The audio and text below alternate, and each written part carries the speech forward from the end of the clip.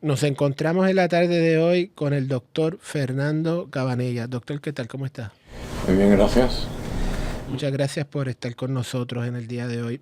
Antes de comenzar a hablar sobre su trayectoria profesional con nosotros aquí en la Escuela de Medicina, quisiéramos preguntarle, ¿dónde usted nació, doctor? Yo nací donde trabajo, en el auxilio mutuo. Qué bien, qué bien. ¿Y dónde creció? ¿En el área de Geopiedra? No, en aquel tiempo el auxilio mutuo era básicamente una vaquería, todo eso era campo. Del puente de Martín Peña para acá, eso se consideraba un campo, ¿no? Yo me crié en Santurce, en Miramar específicamente, y el recuerdo más remoto que tengo es de cuando tenía como 5 años, 4 o 5 años, viví en la calle Unión en Miramar y allí fue donde también pues estudié en el Perpetuo Socorro, que es la escuela del área de Miramar, ¿no? Siempre fui bastante obsesivo. Yo llegaba, si todo el mundo llegaba a las 8, yo llegaba a las 7 de la mañana. No me preguntes por qué, porque era una obsesión que tenía, siempre he tenido la cuestión de la puntualidad. Y más que puntualidad, era patológico, yo creo, porque no había ninguna razón para que tuviera que llegar tan temprano, pero eran manías que uno le daba y siempre he sido así. ¿Terminó los grados superiores en el Perpetuo? Estudié desde kindergarten hasta cuarto año, sí. Y una vez termina, aplica para la Universidad de Puerto Rico. Exacto. Y mientras estuve en la Universidad de Puerto Rico, ¿en qué facultad estudió? Pues entré a naturales, ciencias naturales. Después del primer año que llamaban básico, que no sé si existe todavía. Y doctor, ¿y ya para esa fecha ya usted le daba vuelta en la cabeza ser médico? ¿Cuándo usted crece, recuerda que? Pues fíjate, fue en cuarto año en escuela superior. Había una monja que había oído que a mí me interesaba estudiar leyes, porque había un abogado y político muy allegado a la familia, que era Ángel Viera Martínez, y me interesé mucho hasta el punto de que yo iba, en el verano, iba a la corte a escucharlo defender casos allí, porque él era criminalista. Y tenía esa idea de que iba a estudiar leyes, y la monja me dijo, pero Fernando, ¿por qué tú vas a estudiar leyes si lo que tú realmente eres bien bueno es en ciencia? ¿Por qué no estudias medicina? Esa fue la primera vez que me metieron, que surgió esa posibilidad en mi cabeza, ¿no? Entonces cuando entré a la escuela, a la Universidad de Puerto Rico, pues hice premédica y entré directamente lo hice en 3 años. En aquel tiempo se podía hacer eso. Me daban la oportunidad de coger muchos créditos. Cogía creo que como 24 créditos. Tenía que tener un permiso para eso y estudiaba en verano también. Yo no sé de nuevo cuál era la prisa que había, porque todo el mundo estaba loco por terminar y entrar. Hoy en día es lo contrario. Hoy en día la gente lo coge suave y después que terminan entonces se van a viajar. En aquel tiempo uno trataba de hacerlo lo más rápido posible. Y así que hice premédica en 3 años y después en primer año de medicina, con los créditos, te daban crédito por el primer año de medicina y te lo acreditaban y te daban entonces el diploma de bachillerato. Doctor, y ese día, si lo recuerda, cuando llegó esa notificación de aceptación a su casa, ¿cómo fue ese día? Bueno, estaba súper emocionado eh, y mis padres también, obviamente. Eh, fue una noticia bien importante, de las más importantes que he tenido, ¿no?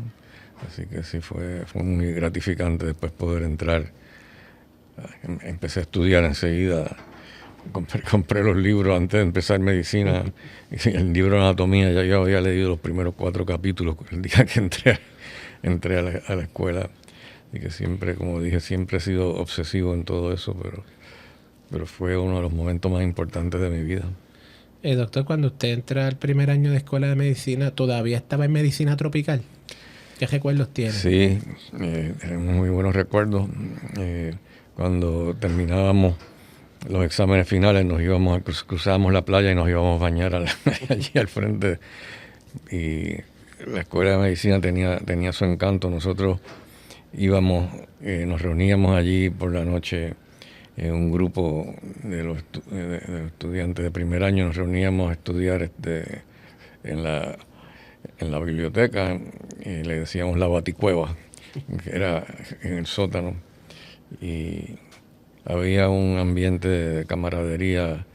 Yo no sé cómo será hoy día, pero en aquel tiempo pues todos nos conocíamos bien. Era una clase pequeña porque solamente aceptaban 60 personas, así que todos nos llegamos a conocer muy bien y teníamos muy buenas relaciones entre los estudiantes. Hoy en día yo creo que no me parece que exista tanta...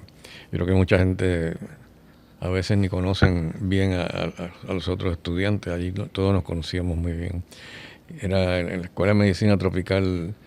La verdad es que me dio pena después cuando tuve que irme de allí, pero los primeros 2 años fueron allí. Entonces en tercer año pues ya veníamos al centro médico hasta que abrieron la escuela acá, pero lo hacíamos más bien cuando nos tocaba ya la parte clínica, ¿no? Los primeros 2 años pues en aquel tiempo eran puramente teóricos, y entonces cuando teníamos que hacer la parte clínica pues veníamos para acá, pero ya cuando me tocó hacer la parte clínica del tercer año ya estaban abriendo la escuela de medicina aquí y cerraron la medicina tropical. Cuando yo estudié no había residencia allí, o sea, no residencia, sino que la gente, los estudiantes no tenían que vivir allí, pero mucho antes de yo empezar a estudiar allí, obligaban a los estudiantes de medicina a vivir allí en la escuela de medicina. Tenían unos dormitorios allí donde tenían que vivir, era obligatorio.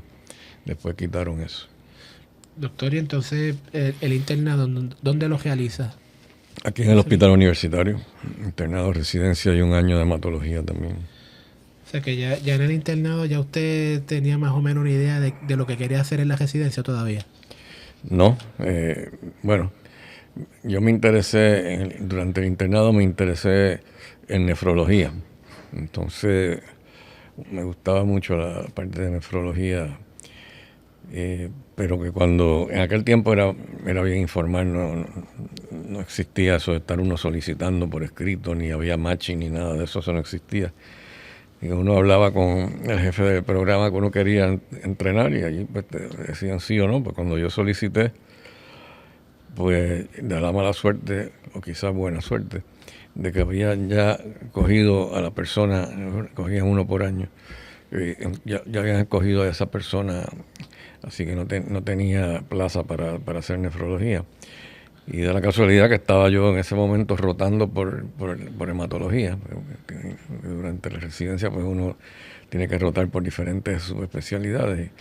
Y el doctor Muñiz precisamente fue uno de los que me motivó y me hizo interesarme mucho en hematología, y él fue uno de los responsables de que yo fuera, después que terminé ese primer año de hematología, que yo fuera entonces a Houston, porque él conocía ya Texas, él había estado en Galveston, conocía el programa, y entonces no solamente me entusiasmó, sino que escribió una carta de recomendación, que yo creo que fue tan fuerte la carta de recomendación que escribió, quizás un poco exagerada, que me cogieron enseguida en el programa allá en MD Anderson en Houston. O sea, que usted se especializa en hematología y hace una subespecialidad en oncología. Bueno, no, se suponía que yo hiciera, en aquel tiempo eran 2 años de hematología y oncología, eran juntos. Todavía es así, ahora son 3 años en vez de 2. Pero yo hice el primer año, entonces en eso pues me entusiasmé con la cuestión de inmunoterapia que estaba empezando en esa época, y decidí que quería hacer inmunoterapia, y para eso pues tenía que ir a un sitio donde tuvieran un programa, y allí pues en MD Anderson era uno de los 2 programas grandes de inmunoterapia, y así fue que solicité allá, pero después resulta que me interesé más en los linfomas que en la inmunoterapia, y terminé siendo un linfomaníaco. Doctor, cuéntenos un poco más del Centro de Cáncer MD Anderson y la importancia de ese centro a nivel nacional. Bueno, es el centro de cáncer más grande del mundo entero. es extraordinario. Es como una ciudad. Para darte una idea, cuando yo me fui de allí, regresé en una ocasión y estaba caminando dentro del edificio que había cambiado tanto, porque eso se pasan creciendo todo el tiempo, porque todo el dinero que cogen lo invierten en algún edificio nuevo, porque si no el gobierno se le queda con ellos, porque como es parte del gobierno, no es un hospital realmente universitario, ¿no? Y es de la Universidad de Texas. Entonces, para darte una idea del tamaño, tú vas ahora mismo, digamos, vas a un edificio y tienes que ir a una cita para hacerte, digamos, sacarte la sangre o que te vean en consulta en algún otro sitio, pues tienen como en los aeropuertos que tienen carritos así. Y entonces te montas en el carrito te lleva, porque si te vas caminando vas a estar buen rato. Entonces en cada esquina tienen como una maquinita que uno le dice para dónde vas, entonces te imprime un papel con un mapa diciéndote cómo llegar allí, por si quieres ir caminando. Es enorme, quizás demasiado grande, yo creo. Pero no solamente el tamaño, sino la calidad de la medicina, de la oncología que se practica allí es extraordinario también. Todos los años, una revista, creo que es US News, hace una encuesta entre los oncólogos que están practicando en Estados Unidos para que voten en cuanto a cuál ellos creen que es el mejor hospital de cáncer. Y 90% del tiempo MD Anderson sale primero, lo eligen como el primero. Y es por no solamente la calidad de la medicina, sino la calidad de la investigación y la cantidad de investigación que se está haciendo. Está muy bien organizado. Es un tremendo hospital. Yo tengo dos hijas, una de ellas es médico también, ella está trabajando allí en MD Anderson también. Está a cargo de investigación en la parte de endocrinología. Mientras estuvo allá, ¿ocupó algún cargo administrativo? Bueno, sí, por 16 años fui jefe de linfoma. Primero fue la sección de linfoma mieloma y luego se transformó en un departamento ya algo más grande y más formal. Allí pues solamente la gente que trabaja allí, los médicos que trabajan allí solamente hacen linfoma o mieloma. Pero es igual en otros departamentos también. Por ejemplo, hay un departamento de leucemia también. Hay departamento de oncología torácica. Hay un departamento de cabeza y cuello. Hay un departamento que es puramente de cáncer de mama. O sea, allí cada cual pues tiene su nicho y entonces eso es lo que permite aumentar la calidad, porque no es lo mismo una persona, un oncólogo que esté haciendo todos los tumores habidos y por haber, pues obviamente no es que no sea posible, pero si vas a realmente ser un experto en un tema, pues no puedes ser experto en todo, tienes que escoger un área y eso es lo que sucede allí, que cada uno tiene su área y tiene su departamento donde trabaja. Doctor, ¿cuándo usted regresa a Puerto Rico? En el 2001, yo estuve 28 años allá.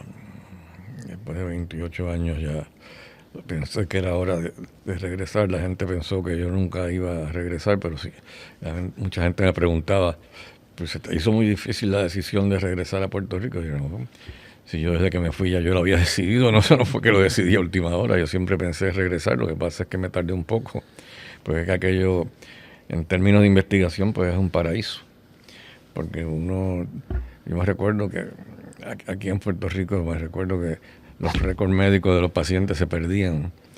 Y allá yo llegué y por aquello de curiosidad nada más, pues pedí el récord del primer paciente que se trató en MD Anderson, que fue en los 40, y ese récord lo tenía allí intacto. Y de hecho el paciente tenía linfoma. El primer paciente de MD Anderson, un paciente con linfoma.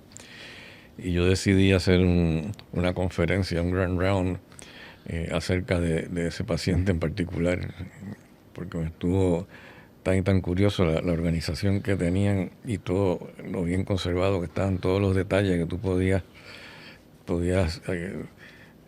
hacer una conferencia basada en ese caso nada más, porque estaba toda la información que tú necesitabas, estaba allí. Y eso me impresionó mucho. Los americanos, como, no, como nunca han estado en un sitio donde las cosas no funcionaran así también, pues no les impresiona tanto, pero yo me enamoré de eso y me aproveché de eso. Entonces, pues hice muchos trabajos de investigación donde miraba los récords de los pacientes y buscando buscando información acerca de algún tema en específico, factores pronósticos, por ejemplo, que fue de los primeros trabajos que yo hice. Y la maravilla es que tú tenías acceso a toda la información bien fácil. Y como dije, los americanos, pues eso lo veían como algo normal y no se entusiasmaban mucho. Pero yo me entusiasmé tanto que, bueno, estuve 28 años haciendo investigación allá, imagínate. Doctor, de que se me pase, que no se me olvide, hay una anécdota que me contó un mutuo amigo, el doctor Muñiz, sobre una presentación que usted hizo sobre radioterapia cuando todavía era estudiante. ¿Puede contarnos acerca de eso? Sí, cómo no. Me parece que al doctor Muñiz le impresionó mucho. Yo hasta se me había olvidado de que él me lo recordó hace unos años atrás y me recordó que cuando yo era residente de medicina interna y estábamos en una sesión combinada de radioterapia y también estábamos los oncólogos médicos y hematólogos. Entonces, pues me habían pedido que presentara una conferencia acerca de un tema específico y pues yo estaba presentando y de momento llega, no me habían avisado nada de esto, llega este grupo de médicos de Estados Unidos que estaban en una visita de acreditación para el programa de radioterapia. Y el doctor Víctor Marcial, pues cuando llegó este grupo de médicos, pues ellos no hablaban español. Entonces me pidió que si por favor podía cambiar al inglés. Y pues yo sin ningún problema dejé de hablar en español y empecé a presentar el tema en inglés. Gracias a, no el entrenamiento, sino la educación que yo tuve en el Perpetuo Socorro, se daba... Básicamente todo se daba en inglés, como dije hace un rato, hasta la historia de Puerto Rico la dábamos en inglés, que es absurdo, pero eso pues me dio mucha facilidad para poder hablar así espontáneamente sin tener que estar traduciendo, sino que simplemente la traducción pues ya venía espontáneamente y pues quedó muy bien la presentación y de hecho le dieron la acreditación a radioterapia. No estoy llevándome crédito obviamente por eso, porque eso no fue lo único que tomaron en consideración, pero impresionó muy bien y al grupo de acreditadores y a Pancho Muñiz también. Doctor, cuando usted comienza a trabajar con nosotros aquí en la Escuela de Medicina. Bueno, pues en la Escuela de Medicina, enseguida que yo regresé de allá de Estados Unidos, pues vine a trabajar al auxilio, pero también tenía como part-time un nombramiento aquí en la Escuela de Medicina como profesor y los fellows de hematología y oncología de aquí del Hospital Universitario pues rotan conmigo en el auxilio también para allá donde yo veo los pacientes, ¿no? Aquí en la Escuela de Medicina yo pues básicamente lo que hago es venir a sesiones didácticas, pero la parte de educación directa para los fellows pues la hago allá en el Centro de Cáncer del Auxilio, porque es ahí donde tenemos el volumen grande. Ellos, cuando rotan conmigo, pues rotan para ver muchos linfomas, que donde más linfomas se están viendo ahora en Puerto Rico, es ahí en el Centro de Cáncer del Auxilio. Doctor, ¿verdad? Ya usted como profesional y oncólogo, hematólogo-oncólogo, cuéntenos su experiencia como docente, transfiriendo conocimiento, guiando a nuestros estudiantes en la residencia. Bueno, básicamente tiene dos aspectos, ¿no? Como dije, la parte didáctica, pero también está la parte didáctica formal, pero también está la parte didáctica con pacientes, ¿no? Que es importante, porque no es lo mismo uno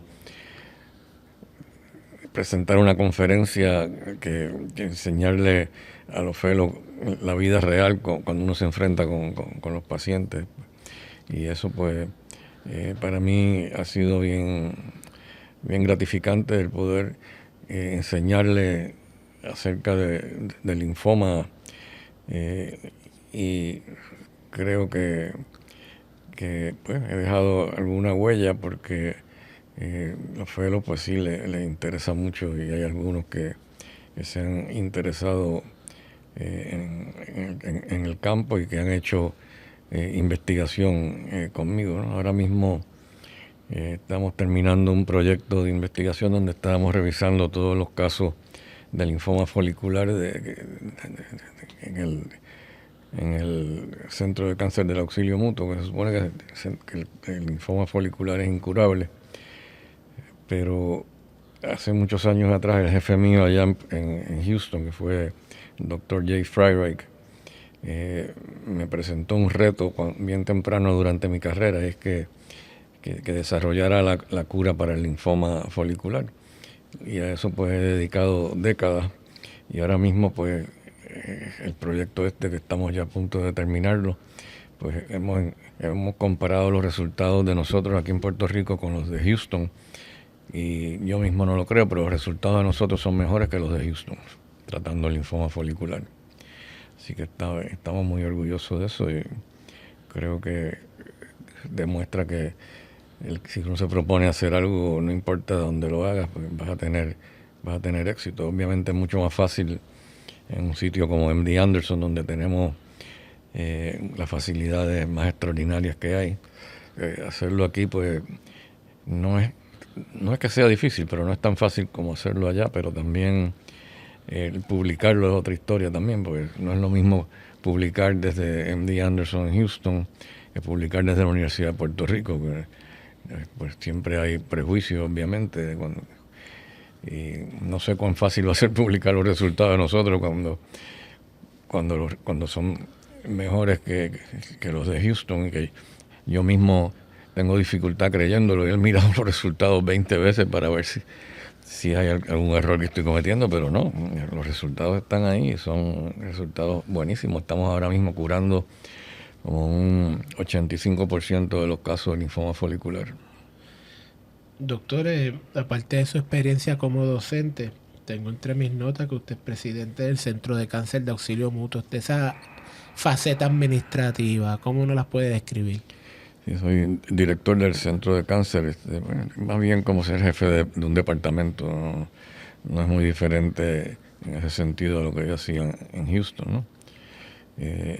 Claro que Houston pues era más grande, teníamos mucho más gente trabajando allí, pero básicamente es como una extensión de lo que yo estaba haciendo allá en Houston. Doctor, también usted ha trabajado con patentes, ¿puede contarnos acerca de ello? Bueno, eso no es algo que realmente me he interesado tanto.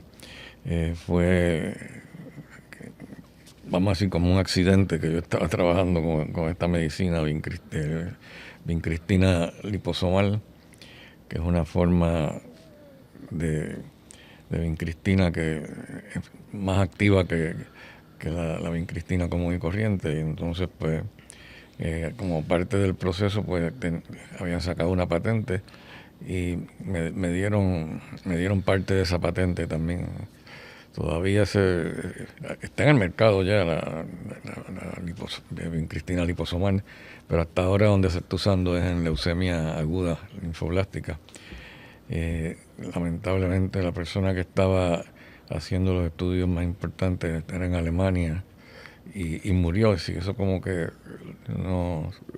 como se ha dormido sobre las pajas, y no están desarrollándolo como yo creo que se debió haber desarrollado, porque es una droga que nosotros habíamos probado en un estudio fase 2 que hicimos en Houston, que tenía una actividad extraordinariamente buena. Yo creo que se pudo haber aprovechado mucho más de lo que se ha hecho con esa droga.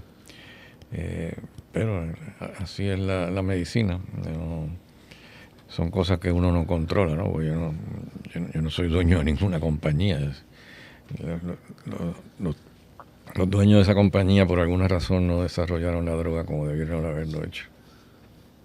Doctor, usted tiene a su haber varios honores y reconocimientos ha sido reconocido en Chicago con el del 2023 Giant Cancer Care Award en Category of Lymphoma en la convención anual de médicos de la Sociedad de Médicos Graduados, y también ha sido reconocido como, como facultad aquí en la Escuela de Medicina. ¿Qué nos puede contar sobre eso?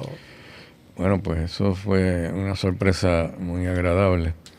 Y por poco lo de Giants of Cancer Care Award me refiero, porque da la casualidad que la computadora mía se me había averiado, entonces estaba teniendo dificultad en acceder a los emails, y me habían enviado un email notificándome que me habían nombrado, que habían elegido para ese premio de Giants of Cancer Care Award, y yo pues no le contesté porque no tenía forma de leer mis emails, se habían arruinado también los emails. Entonces un día me llaman por teléfono temprano por la mañana para decirme que por qué no les había contestado acerca del premio este. Yo dije, ¿qué me está hablando? Entonces me dijeron que me habían elegido para ese premio. Y bueno, me sorprendió mucho porque es un premio muy prestigioso. Solamente se da una vez al año en diferentes categorías. Pues tienen Giants of Cancer Care por ejemplo, en cáncer de pulmón, en cáncer gastrointestinal, en linfoma, otro en leucemia, pero se nombran de una cantidad de personas elegibles porque tienen un comité y evalúan cientos de nominaciones, y pues muy orgulloso de que me hayan seleccionado para eso, y porque, como dije, es un premio de mucho prestigio. Doctor, acerca de las publicaciones, le pregunto, como primera pregunta, la importancia de publicar, que publique en nuestra facultad, y también sobre algunas de sus publicaciones. Tengo entre mis notas algunas, ¿verdad? De las muchas que usted tiene a su haber. Tiene una que se publicó en el European Journal of Respiratory Medicine en el 2022, Management of COVID-19 Based on Risk Features, y en el Puerto Rico Health Science Journal en el 2020, Prevalence of Complementary Alternative Medicine Use in Cancer Patients in Tertiary Hospital en Puerto Rico. Y bueno, lo del COVID fue algo interesante porque yo diagnostiqué el primer paciente de COVID en Puerto Rico. Clínicamente hice el diagnóstico cuando traté de que el Departamento de Salud hiciera la prueba, porque en aquel tiempo el Departamento de Salud tenía que mandar la prueba a Atlanta, al CDC en Atlanta, que era donde estaban haciendo las pruebas. Ahora se hace hasta en la casa, pero en aquel tiempo no era así. Entonces pues hablé con el Departamento de Salud para que enviaran la sangre allá a Atlanta, y me dijeron que no creían que valía la pena, porque lo más probable es que el paciente no tenía COVID. Y yo dije, pero ¿cómo es posible que me digan eso? Y agarré el teléfono y llamé al CDC y hablé con la persona que estaba a cargo y le conté el caso, y me dijo, no, definitivamente ese paciente hay que hacerle la prueba. Entonces, pues ellos se comunicaron con el Departamento de Salud aquí en Puerto Rico, pero en ese momento existía esta italiana que venía en un crucero y que se había cogido COVID, clínicamente tenía COVID. Cuando llegó a Puerto Rico, ya yo llevaba con el paciente mío una semana bregando con él, tratando de hacerle la prueba. La italiana llegó una semana después, pero según el Departamento de Salud fue el primer caso de COVID en Puerto Rico. Eso no es cierto. El primer caso fue el mío, y la sangre del paciente mío la mandaron junto con la de la italiana, así que se diagnosticaron la misma vez, pero ya yo había visto a mi paciente una semana antes, y parece que para no quedar mal, como que no querían hacer la prueba, y pues dijeron que la italiana era la primera que se había diagnosticado. Entonces, pues eso cuando me llegó el diagnóstico positivo, pues me interesé mucho en el tema, porque era algo completamente nuevo. Los infectólogos del auxilio mutuo, pues no les gustó la idea que una persona que no es infectóloga, lo que es un oncólogo, se metiera en esto, y empezamos a hacer investigación. Entonces nos criticaban todo el tiempo, pero ellos no hacían ningún tipo de investigación. Entonces finalmente me acusaron de que estaba haciendo algo inético, porque le estaba dando cortisona a pacientes con COVID. Claro, no era todos los pacientes que se le estaban dando, eran los pacientes que estaban bien malos. Pero dijeron que eso estaba en contra de las guías clínicas de los infectólogos, que eso no se debiera usar, y me llevaron al comité de ética del auxilio. Pero da la casualidad que en el momento en que pasa eso, aparece en la revista New England Journal of Medicine, la revista más prestigiosa de medicina que hay, un artículo que se había publicado en esos días, precisamente dándole cortisona a los pacientes con COVID y demostrando que era lo único que funcionaba para salvarle la vida a los pacientes que estaban bien malos. Así que de momento pues se les cayó el argumento por completo, pero me causó bastantes problemas. Pero entonces decidimos, pues el doctor Javier Morales, que es infectólogo, pues se había enterado de lo que estábamos haciendo. Él no trabaja allí en el auxilio, pero nos conocíamos, entonces trabajamos juntos en este protocolo, tratamos un poquito más de 100 pacientes usando esteroides en los pacientes que tenían algunos datos que sugerían que iban a progresar a fallos respiratorios, y pudimos rescatar y sacar del atolladero a muchos pacientes. De los 100 y pico que tratamos, solamente uno se nos murió. Que los resultados fueron excelentes y pues lo publicamos ahí en ese trabajo que leíste. Y el otro trabajo que mencionaste fue acerca del uso de medicina alternativa.